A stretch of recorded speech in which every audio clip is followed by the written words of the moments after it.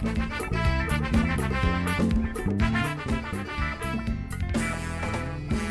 Bibla sorti non mon qui c'est Biblia qui plaît si bon livre il fait connaître côté sorti côté nous y à côté nous caler yo divisé l'un des portions ancien à nouveau contrat c'est livre ça qui fait conséquent pour tout chrétien qui a besoin de bon Dieu.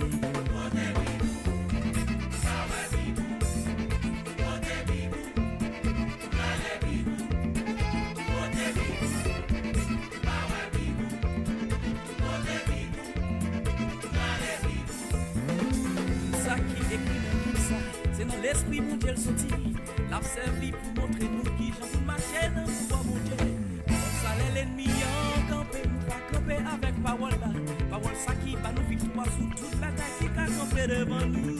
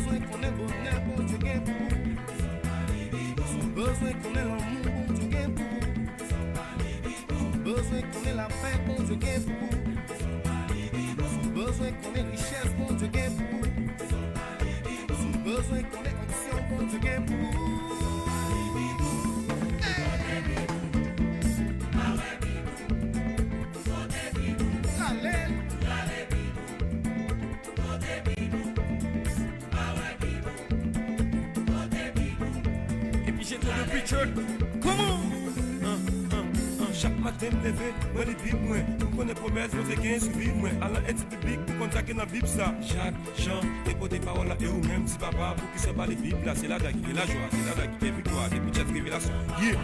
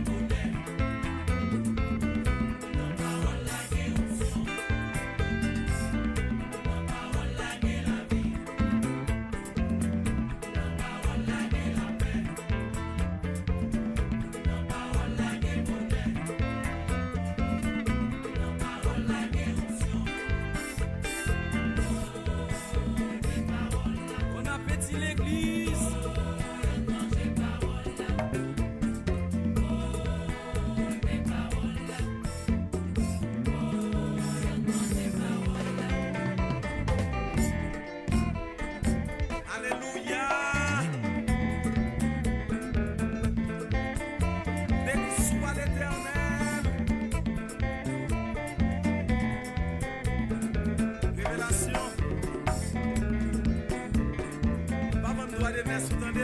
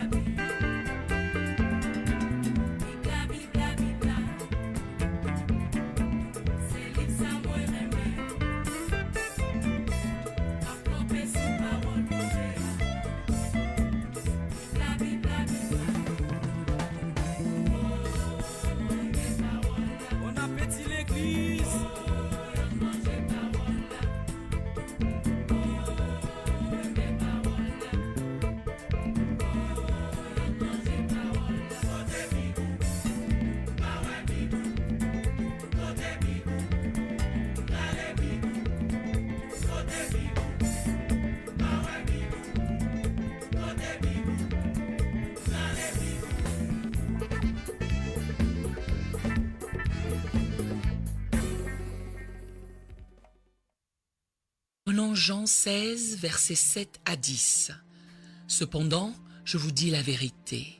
Il vous est avantageux que je m'en aille, car si je ne m'en vais pas, le Consolateur ne viendra pas vers vous. Mais si je m'en vais, je vous l'enverrai. Et quand il sera venu, il convaincra le monde en ce qui concerne le péché, la justice et le jugement. En ce qui concerne le péché, parce qu'il ne croit pas en moi. La justice, parce que je vais au Père, et que vous ne me verrez plus. Le jugement, parce que le prince de ce monde est jugé. C'est de cela dont je voudrais m'entretenir en particulier. Dans le livre d'Apocalypse, chapitres 2 et 3, les mots suivants apparaissent 7 fois. Que celui qui a des oreilles entende ce que l'Esprit dit aux églises. Ici, il est question principalement des églises. À présent, Apocalypse 22, 17. Et l'Esprit et l'épouse disent « Viens ». Et que celui qui entend dise « Viens ». Et que celui qui a soif vienne. Que celui qui veut prenne de l'eau de la vie gratuitement. Prions. Seigneur, toi qui es assis sur un trône très élevé, nous détournons notre regard de la terre pour lever nos yeux vers toi. Nous nous détournons de l'homme faible qui chancelle à chaque instant pour être avec toi qui ne peut faillir. Ô Seigneur, révèle-toi à nous ce soir, nous t'implorons. Tu es parmi nous, nous le savons, or cela n'est pas suffisant de le savoir. Nous prions pour le sentir et même le palper. Fais ton œuvre dans le nom de Jésus-Christ. Nous avons prié. Amen. Nous vivons dans un monde perdu. J'insinue par là que les habitants du monde sont perdus, pas perdus romantiquement ou perdus poétiquement, mais réellement perdus, perdus individuellement. Un grand nombre de nos chants religieux dépeignent une magnifique image d'un monde perdu où le monde n'est jamais à blâmer. Il est juste regrettablement perdu. Et le soleil se couche, les oiseaux chantent, tout ça c'est très beau. Cependant, il n'y a rien de plus poétique dans le fait d'être perdu que dans le fait d'avoir un cancer. Il n'y a rien d'artistique ni d'agréable à ce sujet. Être perdu, c'est être perdu individuellement. La race humaine est perdue uniquement parce que les individus qui la composent sont perdus. Nous sommes perdus par une visitation de malheur puissante et calamiteuse que toute éloquence de la parole humaine ne saurait décrire. Le pire dans notre perdition, c'est qu'elle est à l'intérieur. Un homme qui est perdu dans la forêt, qui sait qu'il l'est, peut encore retrouver son chemin. En revanche, un homme qui est perdu dans la forêt, qui de surcroît est amnésique, ne se rappelant ni de son nom ni d'où il vient, est perdu d'un égarement qui n'est pas seulement extérieur, mais intérieur. Les êtres humains sont perdus d'un égarement intérieur qui les rend indifférents au fait qu'ils sont perdus, ou du moins à peine conscients qu'ils sont perdus. Ça, c'est une question décidée, ce n'est pas un sujet de débat, ce n'est pas là une question qu'il faut poser aux théologiens en interrogeant « Professeur, les gens sont-ils perdus ?» Soit le professeur vous répète les Écritures, soit le professeur n'est pas un homme digne de confiance. Ce n'est pas discutable, ce n'est pas quelque chose de démodé qui n'est cru que par quelques-uns. C'est un fait aussi réel que la gravitation, les mathématiques ou tout autre fait. Le monde est perdu, c'est un fait. C'est également un fait que bien qu'il soit perdu, il n'est pas encore délaissé. Dieu a opéré par le sang de l'alliance éternelle la rémission de nos péchés. Par le sang d'expiation qui a été versé pour nous, il a réparé, rétabli la situation. Et Christ est la victime expiatoire de notre péché. Ainsi, le monde n'est pas oublié. Il est perdu, et il est perdu au plus profond de lui-même. Seulement, la plupart du temps, il ne sait même pas qu'il est perdu. Dieu le savait. Il a pris les devants, a conçu un moyen. L'amour a trouvé un moyen de le racheter, de faire une pleine réparation, je dis bien de payer le prix fort pour que les hommes soient rachetés. Dieu parle. Il parle par plusieurs voies.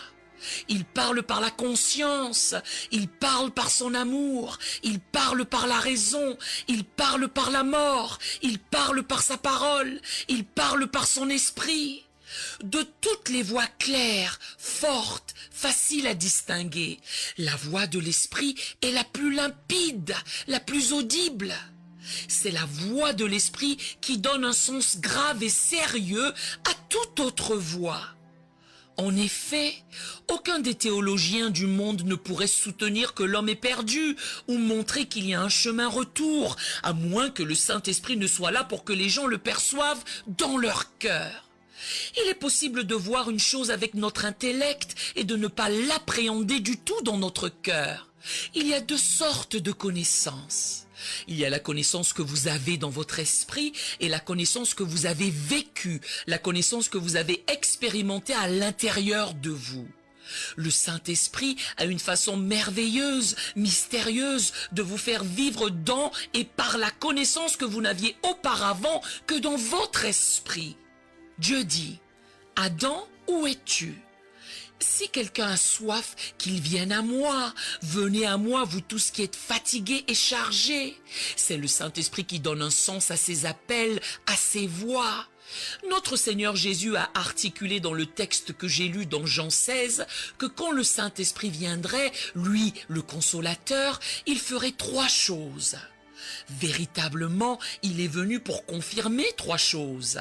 Les paroles de Jésus, les œuvres de Jésus et la personne de Jésus.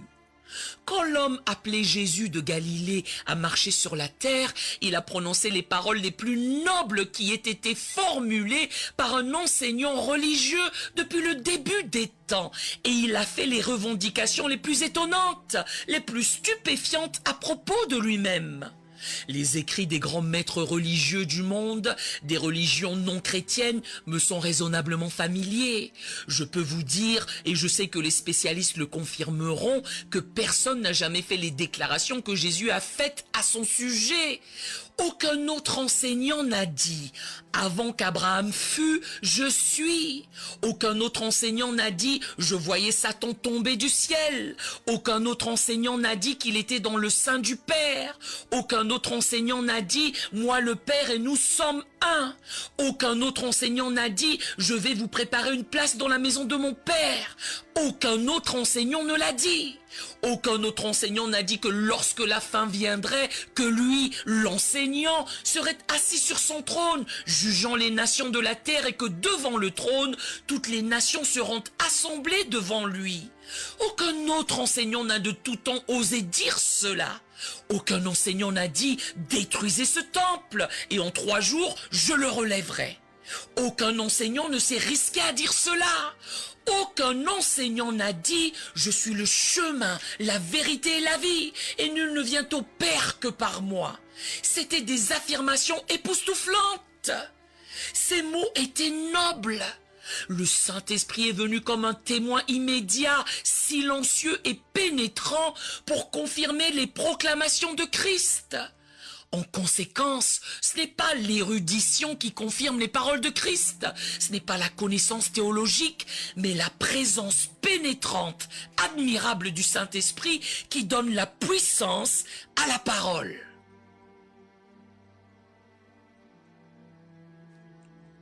Ensuite, il y avait les œuvres de Jésus. Personne n'était en mesure de réfuter que Jésus faisait des miracles. Vous constaterez que ses ennemis ne se sont pas hasardés à le nier. Ils n'ont pas débité, vous êtes tous fous, il n'y a pas de miracle ici. En voyant l'homme qui se tenait debout, guéri au milieu d'eux, ils ne pouvaient rien répliquer à cela. Personne n'a mis en doute que des miracles avaient lieu. La seule chose qu'ils contestaient était que Dieu les accomplissait. Il clamait « C'est du diable, Dieu n'a jamais fait cela ». Pourtant, il était impossible de désavouer les prodiges qui avaient eu lieu. Il avait ressuscité les morts. L'homme mort et la jeune fille morte avaient été ressuscités des morts. Il avait calmé les flots du lac et a fait obéir le vent. Il a doté les hommes qui ne voyaient pas auparavant de la vue. Il a changé l'eau en vin. Il a fait ces choses. Le Saint-Esprit est venu pour confirmer la qualité de ses œuvres, pour manifester, pour certifier la qualité divine de ces dernières et prouver devant les hommes qu'elles étaient de Dieu. Enfin, la personne de Jésus-Christ, la personne de Christ. Qui d'autre est comme cet homme? Qui a vécu dans le monde comme cet homme appelé Jésus? Le Saint-Esprit est venu et a fait une œuvre de confirmation, le ressuscitant des morts. C'est l'une des choses qu'il a faites. Le témoin mystérieux est maintenant là. Christ n'est plus en procès. Il était en procès lorsqu'il marchait parmi les hommes. Il ne l'est plus désormais. Ce sont les hommes qui le sont devant lui. Il se tint un jour devant un homme avec des liens attachés autour de ses poignets et fut jugé devant les grands de ce monde. C'était il y a longtemps de cela. Le Saint-Esprit l'a ressuscité des morts, il est allé au ciel, puis l'Esprit de Dieu est venu et est descendu sur l'Église. C'est le dimanche de l'Ascension. Quand il est monté à la droite de Dieu, le Saint-Esprit est venu et a confirmé la personne de Jésus-Christ, de sorte qu'il prouve que Christ est celui qu'il déclarait être. Remémorez-vous qu'il y avait un petit doute dans l'esprit des gens, jusqu'à ce que le Saint-Esprit les ait remplis, qu'il ait secoué le lieu où ils étaient, qu'une nuée soit venue et que des langues de feu se soient posées sur tous. Alors Pierre se leva et annonça: « Hommes israélites, écoutez ces paroles. Ce Jésus que vous avez crucifié, Dieu a fait de lui le Seigneur et Christ, ce qui confirmait la personne de Jésus, ce Dieu des dieux. C'est de cette manière que toute la question religieuse a été transférée de la salle de classe au cœur. »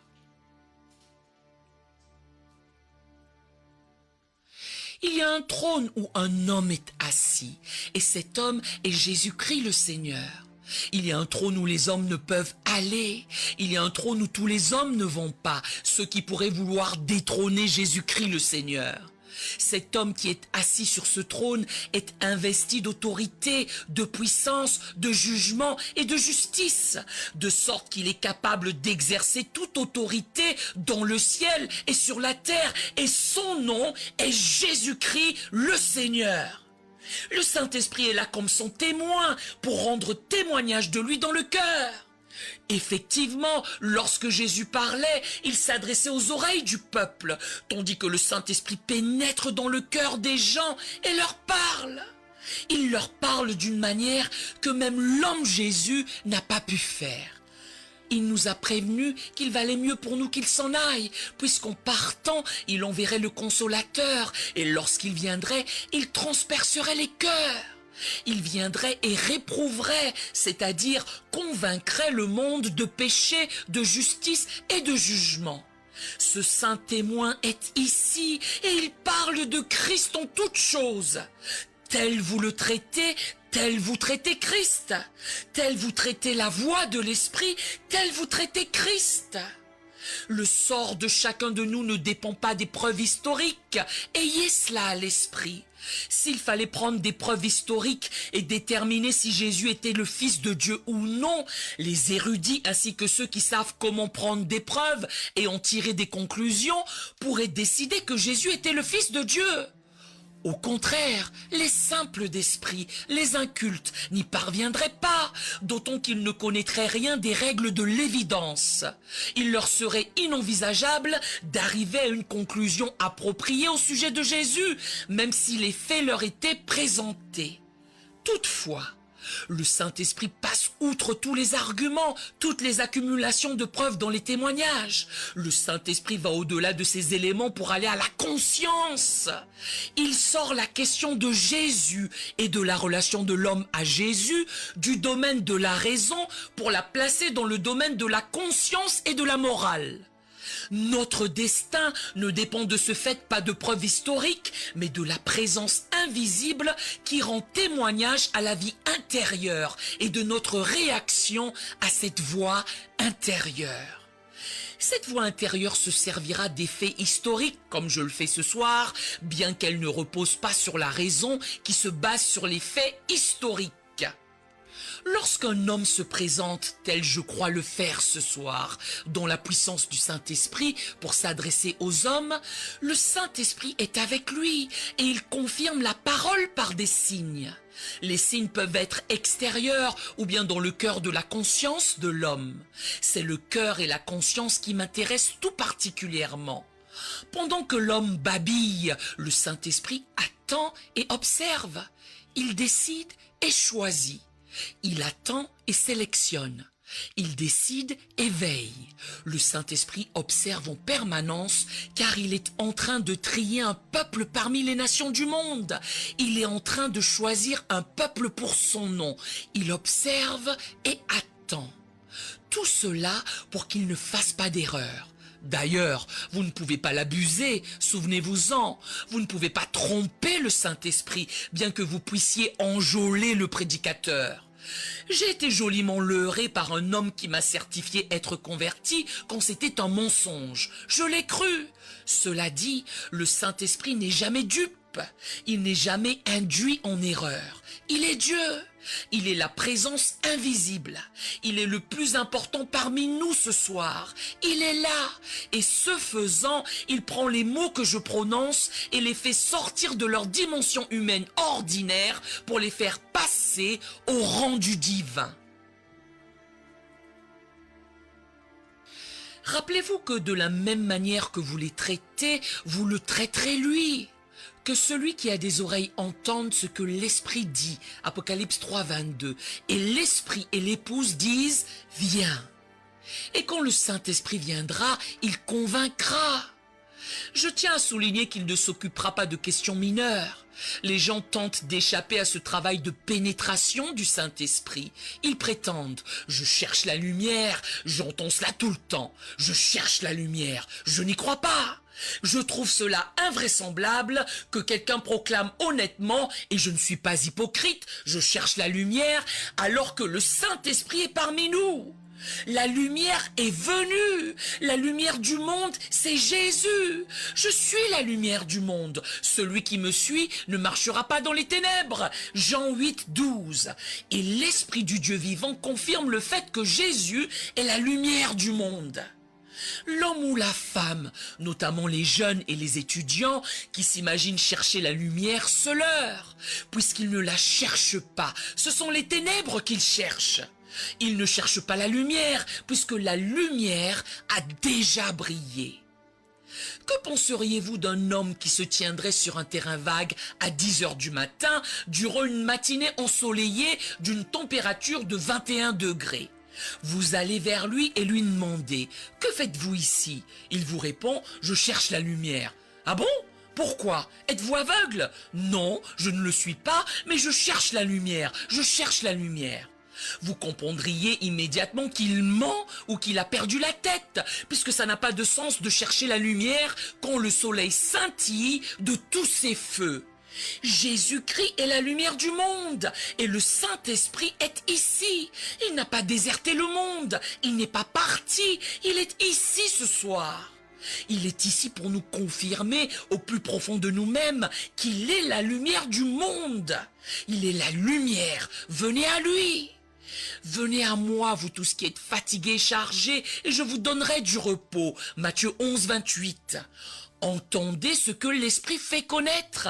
Et l'Esprit dit, je suis la lumière. Jésus est la lumière du monde.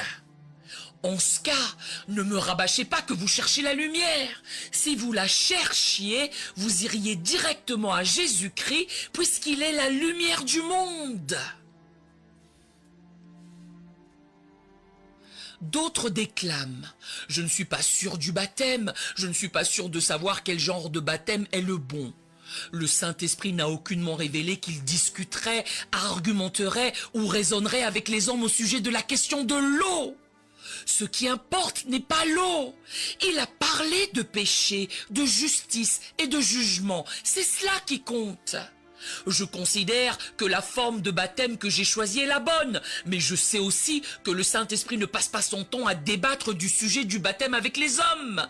Il ne vient pas dans le monde pour confirmer les croyances de qui que ce soit au sujet du baptême, qu'il s'agisse de tremper, de plonger ou d'asperger. Il vient dans le monde pour convaincre le monde de péché, de justice et de jugement. Il insiste sur la sincérité morale. Il appuie sur 3 choses et il perce. Il passe à travers. Il est tel un parfum très odorant dans une pièce. Tel un rayon X, il traverse la pièce de part et d'autre. Les médecins ont un mot, deux termes grecs réunis en un seul, qui signifie bien connaître et à travers, le mot diagnostic. Ce dernier exprime voir à travers et connaissance approfondie.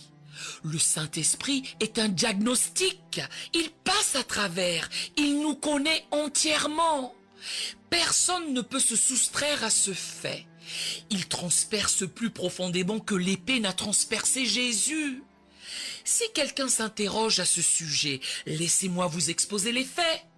En règle générale, je ne cite pas le grec, puisque si ce n'est pas bon en anglais, ce ne le sera probablement pas en grec.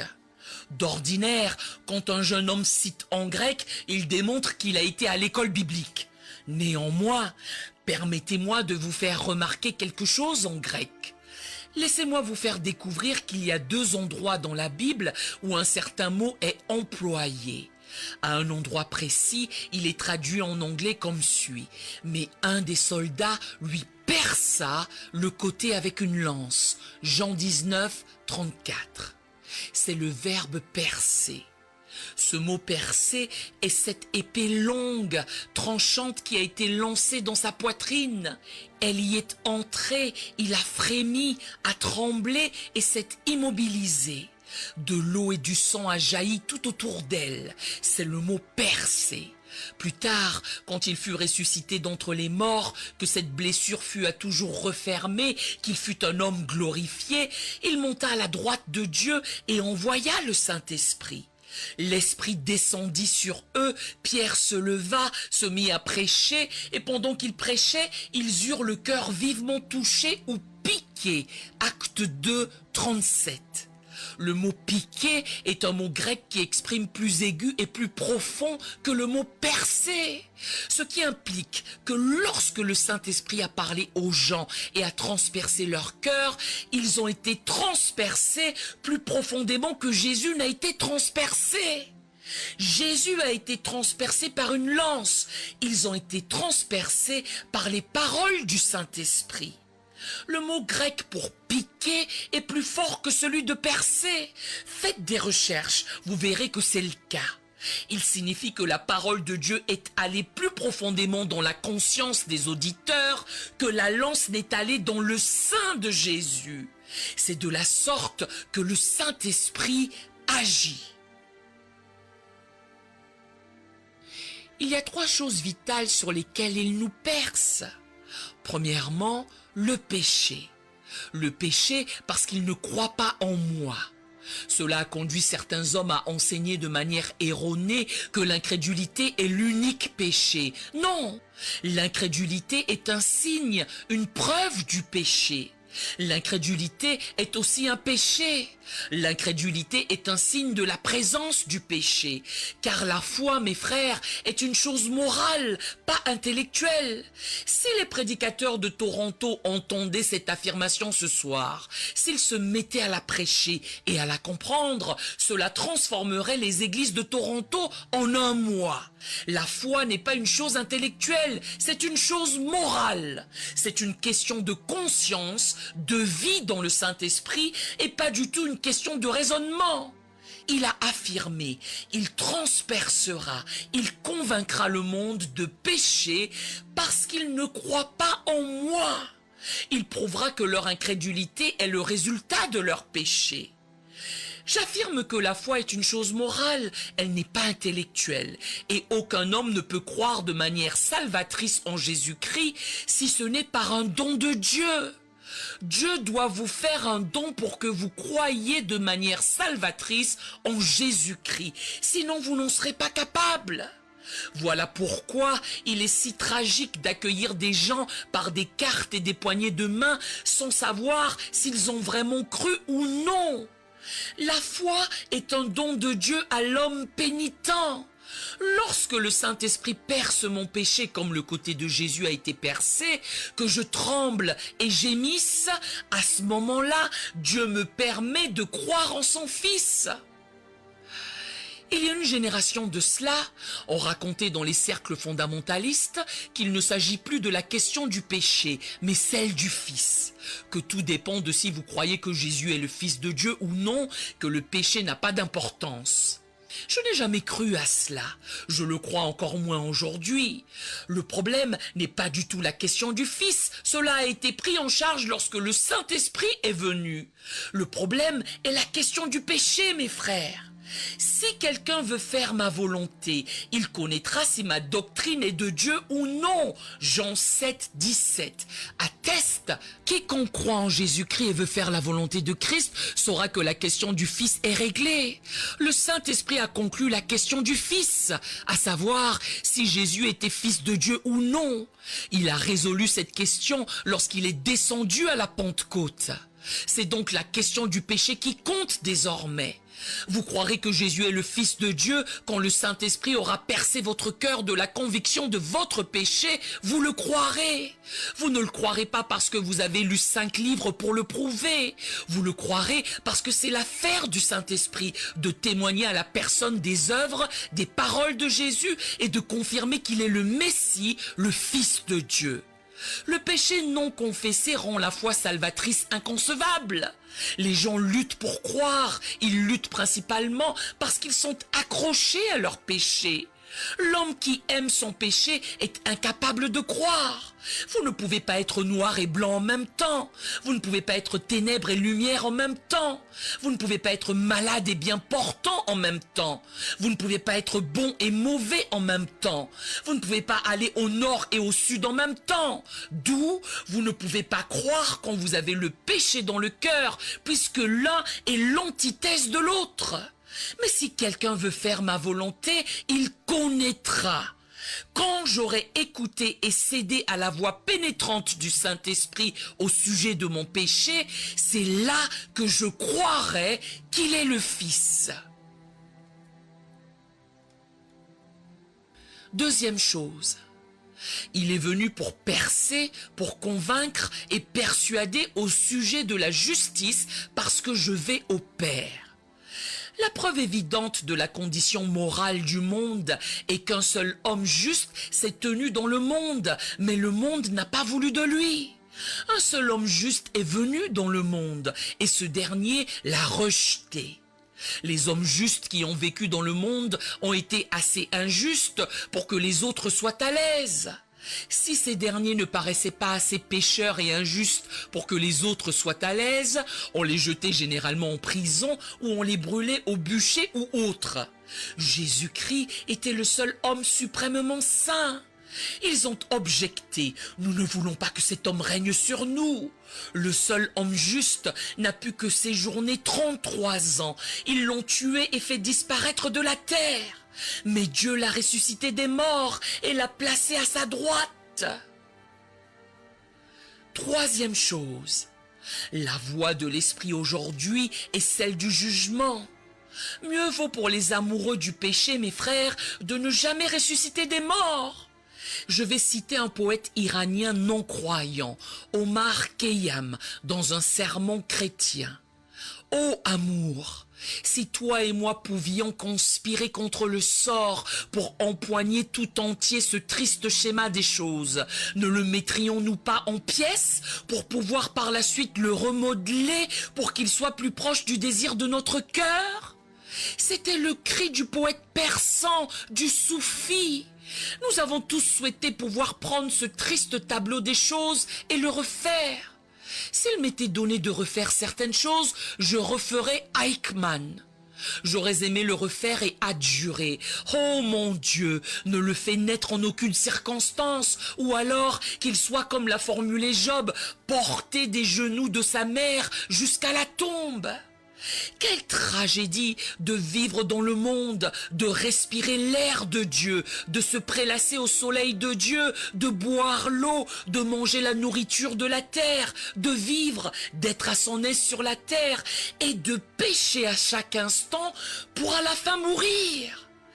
Ne serait-il pas sensationnel si les cruels ne ressuscitaient pas ?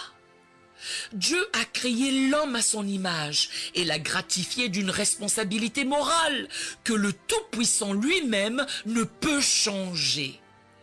Puisque l'homme est un être moral et qu'il se tient devant des lois morales et en est responsable, l'homme vivant et mourant doit faire face à des exigences de lois morales. La mort n'est pas la fin de l'homme, qu'il soit chrétien ou non, ce n'est pas la fin de l'homme. Les hommes doivent ressusciter. Les morts en Christ ressusciteront les premiers et après, tous ceux qui dorment dans la poussière de la terre ressusciteront. Il y aura une résurrection pour la damnation, une pour la justice et une pour la grâce. Ne serait-il pas fabuleux que les hommes comme Eichmann meurent pour ne plus ressusciter ? Qu'ils soient comme leur chien ou comme un cheval pour ne plus du tout se relever d'entre les morts ? Hélas, on ne peut plus changer cela et je n'en ai pas le pouvoir. Quand j'étais jeune, je vivais à côté d'un homme, j'avais environ 16 ans. Son prénom était Thurman. Il était plus âgé que moi, il avait probablement la vingtaine et était marié. J'en avais fait un héros, je l'ai beaucoup aimé. Il m'a enseigné la télégraphie afin de me permettre d'envoyer et de recevoir des messages. Il s'est longuement entretenu au sujet des chemins de fer avec moi. Lui et moi sommes allés à une réunion chrétienne une fois. Nous nous sommes assis là, je n'étais pas sauvé, il ne l'était pas non plus. Ils avaient des bénévoles qui circulaient. Ces bénévoles allaient voir chaque personne présente et s'enquéraient. « Êtes-vous chrétien ?» Après y avoir été 2 ou 3 nuits, mon ami Thurman a gloussé et a lâché. « Oh, je ne veux pas être ennuyé par ces bénévoles, je vais m'en occuper ce soir. » Quand ils sont venus me voir, je me tenais à côté de lui. Ils m'ont demandé si j'étais chrétien. J'ai rétorqué « non ». Du coup, j'ai dû écoper d'un long sermon et de suppliques. Quand ce fut le tour de mon ami Thurman à côté de moi et qu'ils lui ont posé la question « Êtes-vous chrétien ?» il a affirmé « oui ». Ils ont remercié Dieu, ont poursuivi leur chemin, l'ont laissé tranquille. Il y avait échappé en mentant. Il avait menti au Saint-Esprit. Thurman avait un problème cardiaque. Il avait été cheminot, c'est là qu'il utilisait son télégraphe. Un jour, je suis rentré chez moi et j'ai trouvé ma mère en larmes. Qu'est-ce qui se passe? J'ai songé aux membres de ma famille. Elle a murmuré qu'il n'y avait aucun problème dans la famille, mais que Thurman était mort.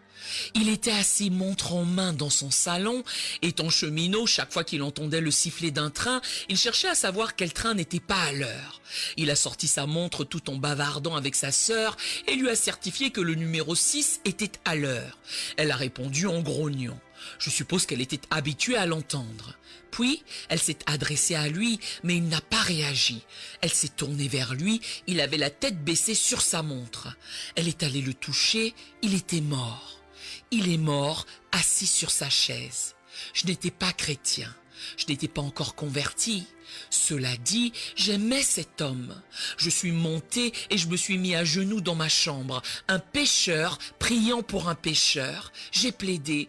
Oh mon Dieu, Thurman est mort. Je crois qu'il est en enfer puisque je crois en ta parole. Oh Dieu, si c'est possible, ne peux-tu pas le sortir de là? Sors-le de l'enfer. Dieu, s'il te plaît, ai-je supplié. C'était une prière païenne ignorante. Elle est tombée dans l'oreille sourde de Dieu. Thurman avait eu sa chance. Il avait entendu la prédication de l'Évangile. Il est mort en regardant une montre, symbole du temps qui passe. Je me suis relevé le cœur brisé, je suis allé sur mon lit, j'ai essayé de dormir sachant que mon ami était en enfer. Je sais ce soir que si Samuel, Job et Daniel étaient là, toutes leurs prières jour et nuit, 24 heures sur 24, pendant 1 an, ne le feraient pas sortir. Le péché, la justice et le jugement. Ne serait-il pas formidable qu'il n'y ait pas de jugement ?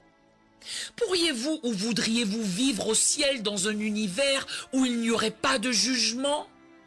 Je ne le voudrais pas. Je veux que Dieu exerce son saint jugement sur la terre, même si cela touche ma propre famille, mon propre cœur. Je veux que Dieu purifie son univers et en fasse un lieu saint dans lequel lui, ses anges et les rachetés puissent vivre. Je veux que le ciel soit un lieu saint où il puisse prendre son épouse purifiée par le bras et la conduire dans la présence du Père en disant « Père ». Voici mon épouse, composée de rouge, de jaune, de noir et de blanc du monde entier, qui ont cru en moi et m'ont suivi partout où je suis allé. En cet instant-là, les anges, les séraphins, les chérubins entameront ce chant. Tes jugements sont véritables et justes. Saint, saint, saint le Seigneur, Dieu Tout-Puissant. Mes frères et sœurs, l'Esprit persistera. Il persévérera jusqu'à ce qu'une des choses suivantes se produise. Il s'obstinera jusqu'à ce que vous vous rendiez et cédiez, que vous croyiez activement en son Fils. Il insistera jusqu'à ce que vous vous abandonniez à sa voix et disiez oui, ou jusqu'à ce que la voix ne puisse plus être entendue. Et quand la voix n'est plus entendue, vous imaginerez que la voix ne parle plus. C'est la mort du cœur. Quand le cœur meurt, que la voix troublante de l'esprit ne peut plus être entendue, nous les pécheurs, nous imaginons que les choses vont bien et qu'on a mal entendu, que les choses ne sont pas aussi mauvaises qu'on anticipait ou l'estimait. Nous avons laissé notre cœur mourir. Notre conscience ne peut plus être piquée puisqu'on ne sent plus rien. Par conséquent, les paroles pénétrantes, percutantes du Saint-Esprit ne nous dérangent plus. On s'imagine que tout va bien, quand ce n'est pas le cas. C'est comme le mourant qui a cessé de ressentir la douleur. Il a cessé de la ressentir en raison de sa mort imminente. Il est proche de la fin. Il vient un soulagement, même parfois un plaisir à ce cœur sur lequel l'esprit a travaillé pendant longtemps. Il a résisté, a trompé et menti à Dieu, est revenu sur ses pas et a trompé, menti à nouveau, a promis, on a ri plus tard, a continué à le faire encore et encore. Finalement, petit à petit, la voix devient si faible qu'on en vient à douter l'avoir entendue un jour. On se demande si ce n'était pas un leurre. Non, ce n'était pas une erreur. J'enverrai le Saint-Esprit et quand il sera venu, il convaincra le monde. Il n'a pas indiqué l'Église, mais le monde, les pécheurs, les non-croyants. Quand le cœur meurt, oh, qu'il est bien mieux pour toi de mourir que de voir ton cœur mourir. Prie Dieu que ton cœur ne meure pas. Mieux vaut vivre ici la douleur ou entendre la voix qui remplit ton cœur de douleur que d'avoir un cœur qui ne peut plus rien ressentir. C'est bien mieux de ressentir la douleur et de savoir que ton corps va bien, qu'il ne souffre que temporairement, que d'être paralysé et de ne rien sentir du tout. Ainsi en est-il du cœur et de la conscience. L'homme qui peut encore sentir la piqûre du Saint-Esprit devrait remercier Dieu à genoux, d'autant qu'il y a maintes gens à Toronto dont le cœur est mort. Ils ne sont pas contre la religion ou pour elle, ils sont morts. Ils sont morts il y a longtemps de cela. Ce sont des zombies, des morts vivants, comme ces hommes sur le bateau, The Ancient Mariner, dont les corps se tenaient debout sans âme en eux. Les corps faisaient leurs tâches, leur besogne, tiraient les cordes, des zombies, des hommes morts debout sur le pont. Ce n'est que de l'imagination, bien sûr, mais c'est une illustration de la vérité. La vérité est qu'il y en a qui ont dit non au Saint-Esprit depuis si longtemps et si souvent. Ils se sont bercés eux-mêmes jusqu'à ce que la voix ne se fasse plus entendre. Ils se sentent mieux à présent, ils en éprouvent même quelques plaisirs. D'aucuns sont morts dans leur cœur par la désobéissance, d'autres par la convoitise, d'aucuns par l'amour de l'argent, d'autres par l'amour du plaisir, d'aucuns par des rancunes auxquelles ils ne veulent pas renoncer, d'autres par un manque de pardon, d'aucuns par l'amertume, d'autres par un tempérament qu'ils ne peuvent ou ne veulent pas contrôler, d'aucuns par des ragots perpétuels, des murmures dans le dos des gens, d'autres par le mensonge pur et simple, d'aucuns par la malhonnêteté dans les affaires, d'autres par leur souillure ou conduite personnelle. Peu à peu, la voix meurt, on ne l'entend plus, puisque le cœur est mort. Que celui qui a des oreilles pour entendre, entende. Il est évident que quelques-uns n'ont pas d'oreilles pour entendre. Or, celui qui a des oreilles ferait mieux de les préparer à écouter. Car l'Esprit appelle et Jésus-Christ appelle. Je n'ai aucun doute qu'il appelle plusieurs ici ce soir. Ceux qui sont à moitié sauvés, ceux qui supposent être sauvés, ceux qui souhaiteraient être sauvés, ceux qui étaient autrefois en accord avec Dieu, dont la communion est rompue. Vous êtes loin de lui ce soir. L'Esprit et l'épouse disent « Viens ». Il est venu pour convaincre le monde en ce qui concerne le péché, la justice et le jugement, et pour appeler tous les hommes à Christ. Cette voix intrigante résonne encore. Je le répète encore, qu'il vaut mieux mourir 1000 fois contre le mur devant un peloton d'exécution demain matin à 6 heures que de se promener à Toronto, de faire de l'argent, de vivre, de manger et de se réjouir sous le soleil tout en étant mort dans son cœur. Si vous entendez la voix, vous êtes heureux. Nombreux sont ceux qui ne le peuvent pas. Nombreux sont ceux qui ne le peuvent pas. Que dois-tu faire, mon ami? Humilie-toi et l'Éternel s'approchera de toi. Humilie-toi et sa présence te réjouira. L'Éternel ne marche pas avec les orgueilleux, ni avec les méprisants. Humilie-toi et entends la voix pour marcher avec Dieu. Nous aimerions vous donner l'opportunité de faire de Jésus le Seigneur de votre vie. Voulez-vous bien prier avec moi? Dites, Seigneur Jésus, je me repens de mes péchés. Viens dans mon cœur. Je fais de toi mon Seigneur et Sauveur.